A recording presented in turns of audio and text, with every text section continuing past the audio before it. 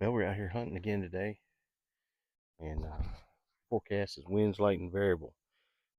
And if you've watched any of my other hunting videos, you'll know that that is my least favorite wind condition to hunt in. But so I want to talk a little bit about, you know, what do you do when it's winds light and variable? Well, I'll just say this: we don't have a lot of sun today, so the thermals will be somewhat limited. But when winds are light and variable, uh, morning thermals can help you to hunt. Oftentimes, that'll be your most consistent wind direction. And so you're going to want to hunt a little higher in elevation, come in on top, maybe come down in on some coyotes that you might know about, and set up on them with the thermals as your wind direction. Um, it's iffy, but it can be done. But you will waste a lot of time if you're hiking in real far because you might get in there and it's just the wind's all wrong. Whenever that's the case, you just can't call. You just got to back out. Do not call unless you have the perfect wind. Um, so I want to talk a little bit about how important it is when you're in the mountains to really use one of these wind um, puffers, so you can maintain a knowledge of what the wind is doing at any given moment as you're approaching into an area where you've located coyotes and you have a good idea that they're yarding up somewhere in your area.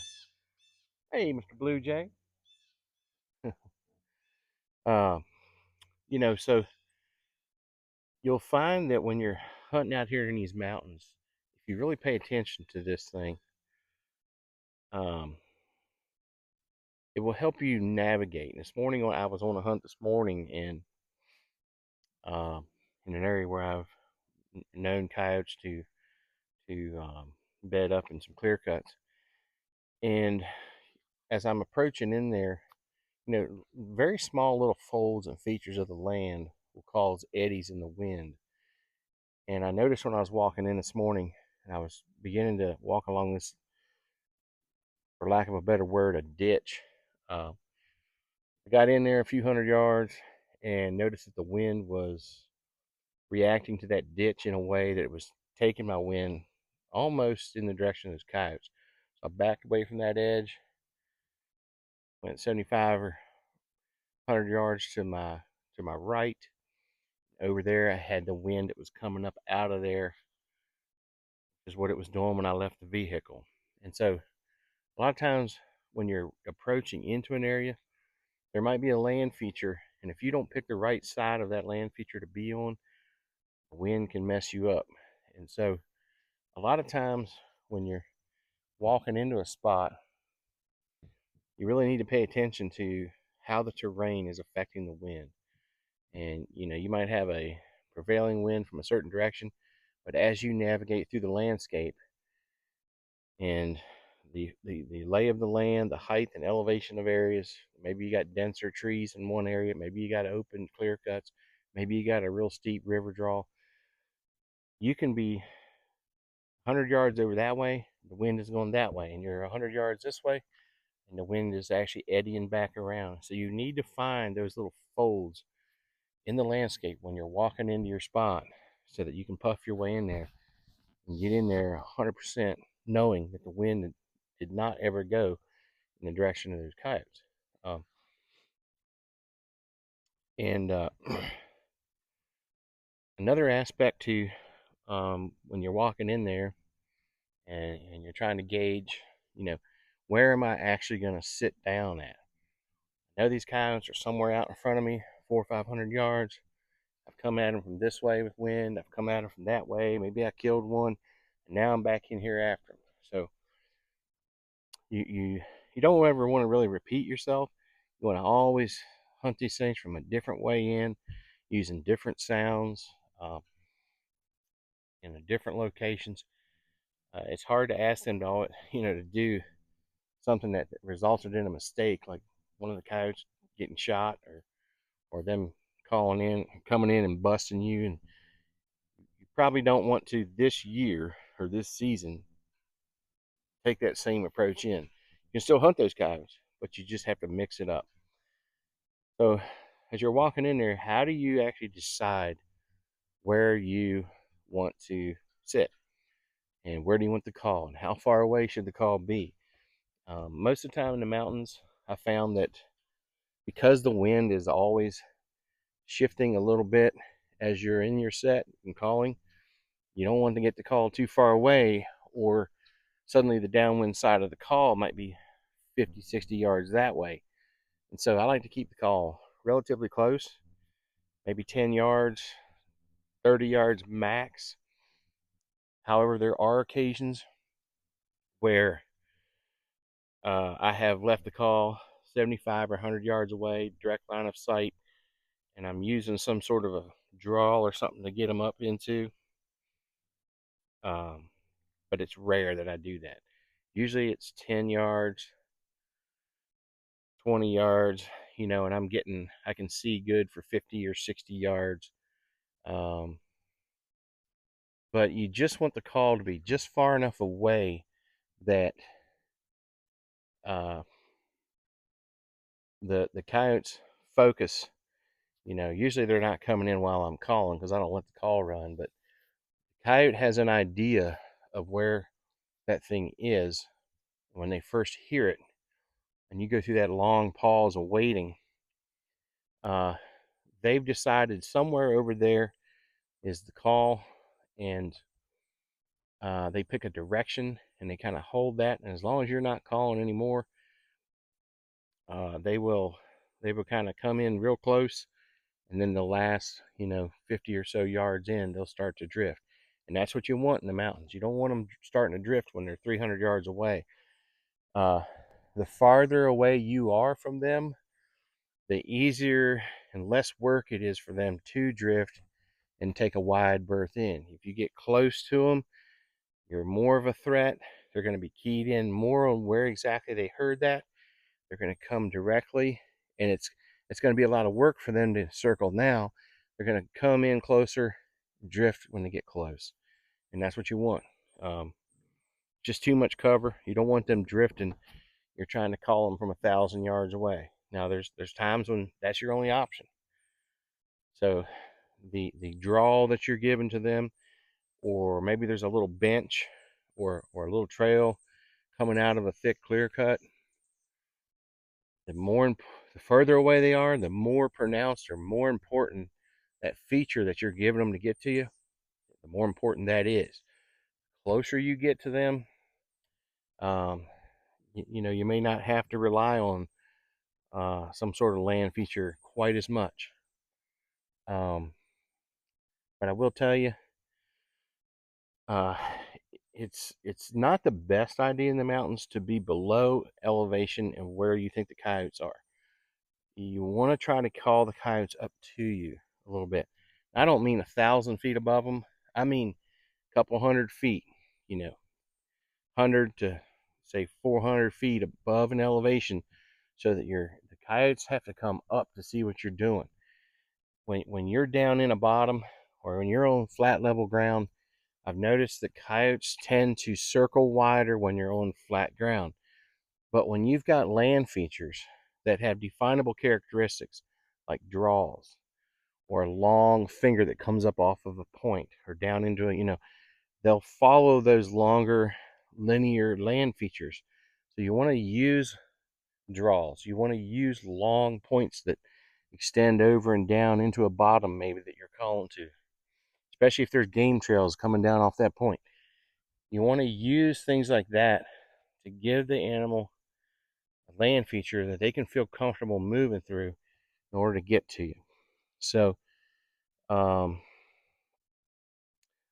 then one of the reasons why I like to call with them from a little bit higher elevation is, if I expect them to be down off this elevation into this low country, and they're yarded up down in there, or maybe I'm there's a big pine thicket up in the mountains, and the adjacent ridge is downwind, and I'm trying to call them across. I'm going to give them a way to kind of come across and around and up through a little saddle or a draw, because that's naturally what they would want to do anyways.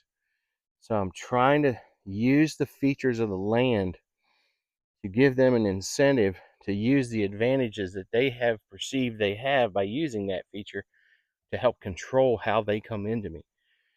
And then when you're in there, you just have to know that if they use that feature you're giving them, that they can't get your wind until they expose themselves out in front of you.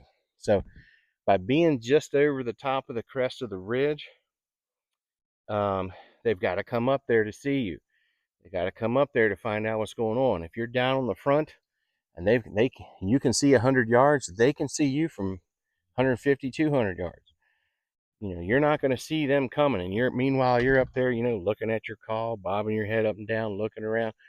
That kind of movement's going to give you away. So when you get slightly elevated from where you think they are, so they got to kind of top out on you to see you, you have a natural advantage to to have your gun here down out of your line of sight, and you just want to be able to see the top of that saddle or around to the top of that point.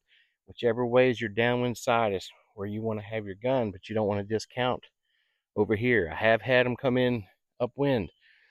The other reason why little points and things or the head of a main draw, one of the reasons that those areas are really good to call from is because it's a definable feature that they can see from wherever they are, and they're laying there, with a group of their buddies, chilling out for the day, and you know, you're on that one definable elevated feature, and when you kick off that sound, they know that's where it came from. But when you walk into them at ground level, it's not real obvious where that sound came from, and they can't picture in their mind exactly where that is. So they'll begin to skirt downwind a little quicker. But when you make that sound from an elevated point or the head of a main draw or maybe a big bench up there or a flat, and you're casting sound down to them, when they swing their head up around and look in that direction, they can pretty well pick out. You're giving them a definable feature by where you're at and where you're broadcasting sound from. What that enables you to do now is it enables you to shut up. You just get quiet. Make your sounds. Trust that they've heard it. Mute the call, and then wait. Just stay waiting. And you might start real quiet. Check and make sure nothing's within 150, 200 yards of you. Throw a titmouse or something real quiet, rodent distress. Bring it up to a pitch. Bring it back down. But then your second sound is going to need to be a little bit bigger animal. A fox pup distress, some raccoon, a little jackrabbit, a little cottontail, something like that. Now you're not going to blast it out at 40, but you might start it out at 12, work it up to 24, get the pitch up, bring the pitch down, die it off, and you've had a couple different sounds that have ran for maybe 20, 30 seconds, and that's it. Now you're waiting 20, 30, 40 minutes and you're total set. Just trust that they heard you. Trust that they've picked you out somewhere. Okay, somewhere at the head of that draw, there's something going on. Now, you don't give them any more information. They're just going to lock on that head of that draw and come on a string. And then the last, 30, 40, 50 yards in, that's when they're going to drift. And that's when you got to be there and be ready. So don't let the call run forever. Start out with real small, low-level sounds, but do it from a definable feature that they can tell, hey, somewhere over there on that point, slightly elevated, something's going on. Now they know pretty well where you're at, but you're not letting the call run so they can just keep, adjusting their course of travel as they come in, and they're going to have eyes right on that 10-foot square that you're sitting on. But when you just gave them that definable feature, something's up there on that point. They're coming in, kind of, looking around. They're not looking right there. They're looking around, sniffing, trotting in. What's going on? Kind of head on a swivel. But man, when you leave that call run, they're like this. They're looking right in that direction, and you're just gonna get busted. So hopefully that's some more information. I've been trying to kind of tweak some of the things that go into my thought process hunting these things out here. Every stand, I try to do something a little different in sound, especially if I'm at the same group of coyotes. Try to come in from a different way. The nice thing is you have different wind every time you come out, so it kind of forces you to mix up your stand locations, and it helps you to learn the lay of the land. I don't like to go right into their core area, and be tracking all through their yarding area, but I come at them and I get in close to their areas, but I just come in enough to get off the road and get cover. You want to be a couple, 300-400 yards in, off the road somewhere. You don't want to just drop down off the road and start calling. But you're trying to find these coyotes with your vehicle, getting them located, and then getting as close as you can by putting your hand out the window, puffing the wind as you come in these logging roads and stuff from all different directions. And I'll usually try to get all directions around that thicket and get an idea of what the wind's doing in all different aspects that I can get to from a vehicle before I actually move in there on them. I was probably parked at 4 or 5 different locations this morning. I got in there, I did 2 real quiet sets within probably 500 or 600 yards of where I'm expecting these coyotes to be bedded.